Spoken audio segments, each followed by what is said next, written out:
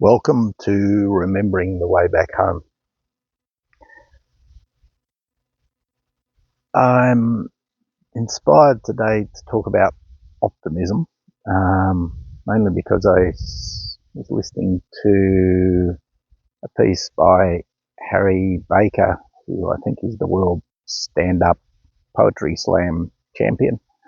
I just love his work and the energy he brings to his poems. And he essentially was saying that being optimistic can be hard work, and it's not just a natural state. So it feels like that's what I want to talk about today, but it also feels like it might wander off somewhere else. So let's see what happens. I've always had this optimistic view of life. Um, just believed that life was amazing. There was so much beauty in the world, that people were amazing, and even when they were doing stuff that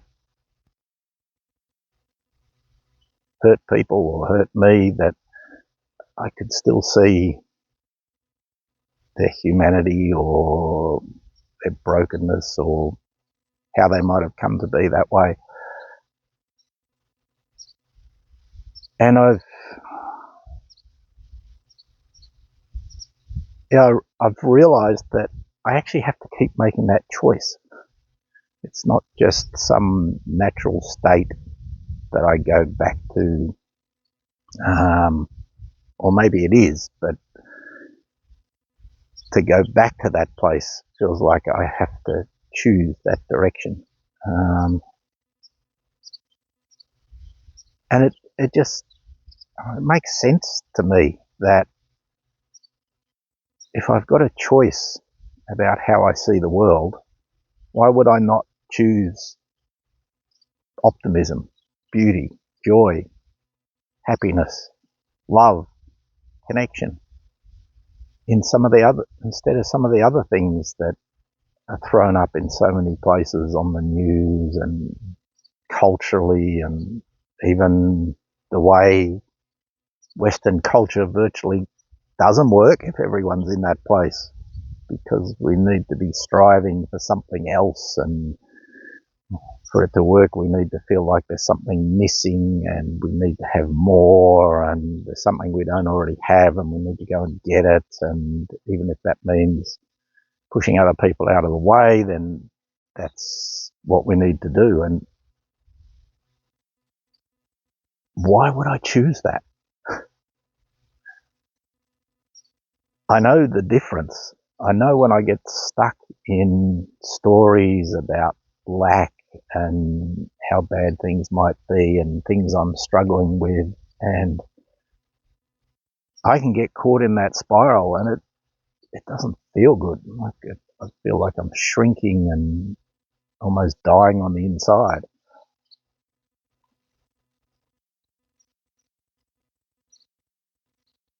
So why would I not choose something else?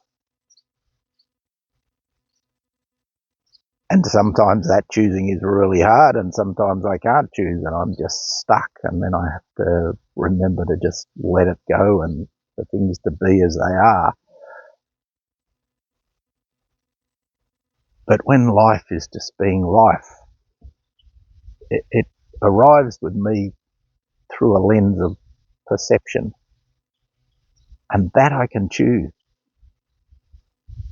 I can remember the difference between having those experiences turn up through grey, dark sort of perception, or through rainbows. And I can't remember who told me that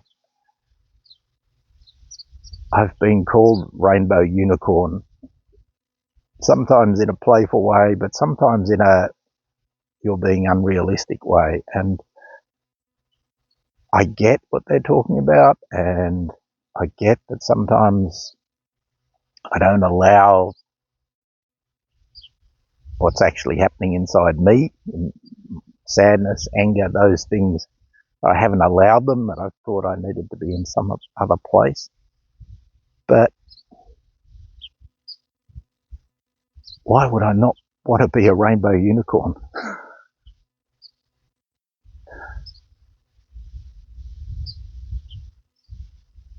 And it doesn't feel like I'm putting some perception on life when I look at it through that lens. That's what feels true to me. And I'm really grateful for that. And I suppose that's one of the reasons I'm making these videos, is that I'd love other people to see the world that way,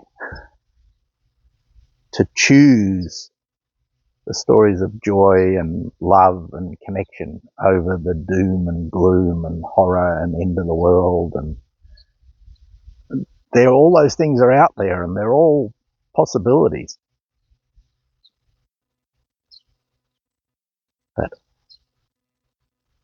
I would just love everyone, when they have a choice, to just keep choosing the rainbow unicorn.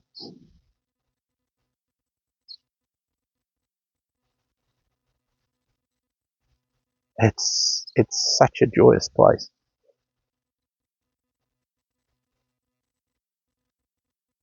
And I think that's probably it for today.